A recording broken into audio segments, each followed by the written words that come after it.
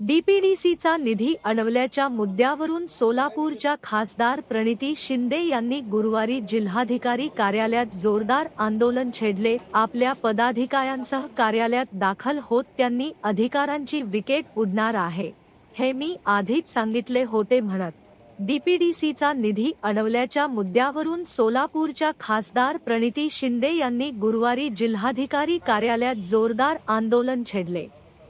आपल्या पदाधिकाऱ्यांसह कार्यालयात दाखल होत त्यांनी निधी रोखण्याविरोधात तीव्र निषेध व्यक्त करत घोषणाबाजी केली। खासदार प्रणिती शिंदे यांनी डीपीडीसीचा निधी हा माझा वैयक्तिक नसून तो शेतकरी आणि गावांच्या विकासाचा हक्काचा निधी आहे असे ठामपणे सांगितले। अनेक दिवसांपासून हा निधी अडवण्यात आल्यामुळे विकास कामे ठप्प झाली असून गावागावातील शेतकरी प्रतीक्षेत असल्याचे त्यांनी नमूद केले।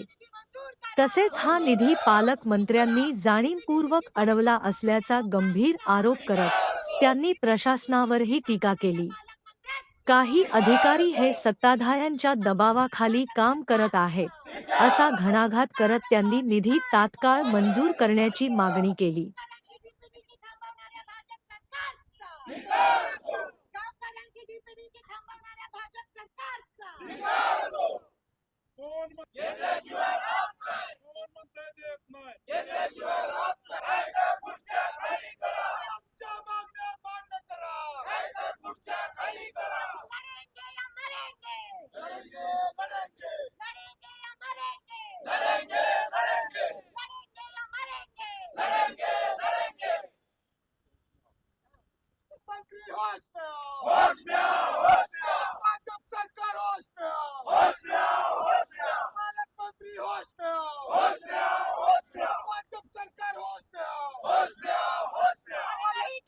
बदली करून घेतली असं वक्तव्य म्हणजे नाही शंभर मी 2 महिन्यापूर्वी तुम्हाला सांगितलं की तुम्हाला विकेट जाताना दिसेल कधी इलेक्शनच्या वेळेस कॉर्पोरेशन आणि जिल्हा परिषदेच्या वेळेस आणि तसंच झालंय।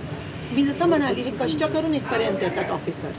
हे प्रत्येक ऑफिसर हा ह्या प्रेशर खाली बळी पडतो असा नाही आहे। आजकालचे ऑफिसर खूप कॉन्शियन्शियस झालेत आणि कष्ट करून इथपर्यंत आले। ते खरंच देशासाठी तालुक्यासाठी गावासाठी जिल्ह्यासाठी काहीतरी करू इच्छिते। जेव्हा त्यांच्यावर एवढं मोठं प्रेशर येतं आणि मी नाव घेऊ इच्छित नाही पण माझं त्यांचं अनेकदा संभाषण झालं म्हणले मॅम मैं क्या कर सकता असं जर त्यांना त्यांच्याकडून वक्तव्य येत असेल तर 100% त्यांनी स्वतःहून अजून किती प्रेशर किती बळी आणि शेवटी ज्या संविधानाची शपथ घेऊन तुम्ही इथे येता जर जाणून बुजून प्रेशरमुळे तुम्हाला त्या संविधानाच्या विरोधात जाणं लागत असेल तर तुमचा जो आतमधला आवाज आहे तो किती तुम्हाला छळत असेल की कशासाठी आलात आणि काय करताय। कोणाचा दबाव आहे नेमका?